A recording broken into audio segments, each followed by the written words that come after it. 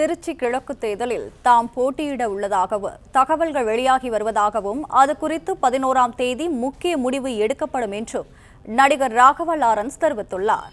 இது தொடர்பான கூடுதல் விவரங்களுடன் இணைகிறார் எமது செய்தியாளர் ரகுபதி. ரகுபதி, வணக்கம். மேலும் விவரங்களை பதிவு செய்யலாம். வணக்கம். சமீபத்தில் தமிழ்நாடு சட்டமன்ற தேர்தல் நடந்து முடிந்தது. இந்த சட்டமன்ற தேர்தலில் பெரம்பூர், திருச்சி கிழக்கு என 2 தொகுதிகளில் போட்டியிட்டு வென்ற தமிழ்நாடு முதலமைச்சர் விஜய் திருச்சி கிழக்கில் ராஜினாமா செய்தார். இந்த நிலையில் திருச்சி கிழக்கு காலியான தொகுதியாக அறிவிக்கப்பட்டது. இன்னும் சில நாடுகளில் திருச்சி கிழக்கு இடைத்தேர்தல் நடைபெற இருக்கிறது. இந்த நிலையில் தமிழக வெற்றி கழக சார்பில் யார் போட்டியிடப் போகிறார்கள் என்ற ஒரு பரபரப்பு இருந்தது. இந்த நிலையில் ராகவா லாரன்ஸ் தான் திருச்சி கிழக்கில் போட்டியிடப் போவதாகவும் ஒரு தகவலானது சமீப காலமாக பரவி வந்தது. இந்த நிலையில் இதற்கு பதிலளிக்கும் விதமாக தற்போது நடிகரும் நடன இயக்குநருமான ராகவா லாரன்ஸ் தற்பொழுது ஒரு பதிவை ஒன்று வெளியிட்டிருக்கிறார். அந்த பதிவில், நான் திருச்சி கிழக்கில் தேர்தலில் போட்டியிடுவது குறித்த செய்தி பல்வேறு ஊடகங்களில் பரவி வருகிறது. எனது ஊடக நண்பர்கள் அனைவரும் தொலைபேசியில் என்னை தொடர்பு கொண்டு இது குறித்து விளக்கம் கேட்டு என்னை சந்திக்க கோரி வருகிறார்கள்.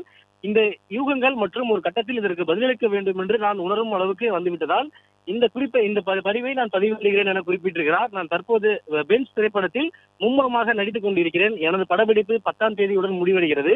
இந்த நிலையில் என் தாயின் ஆசீர்வாதங்களுடன் என் வாழ்க்கை தொடர்பான ஒரு முக்கிய முடிவை வருகின்ற 11ஆம் தேதி வியாழக்கிழமை காலை 9:30 மணிக்கு வெளியிடப் போவதாகவும் அறிவித்திருக்கிறார். இந்த நிலையில் ஒரு செய்தி முக்கியமாக பார்க்கப்படுகிறது. அவர் திருச்சி கிழக்கில் போட்டியிடப் போகிறாரா இல்லையா என்பதை குறித்த அதிகாரப்பூர்வ அறிவிப்பை வருகின்ற 11ஆம் தேதி காலை 9:30 மணிக்கு வெளியிடப் போவதாகவும் சொல்லியிருக்கிறார்.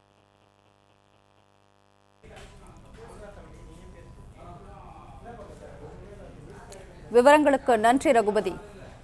பிளே ஸ்டோர் மற்றும் ஆப் ஸ்டோரில் இருந்து பாலிமர் செயலியை QR கோடு மூலம் பதிவிறக்கம் செய்யுங்கள். செய்திகளை உடனுக்குடன் பெறுங்கள்.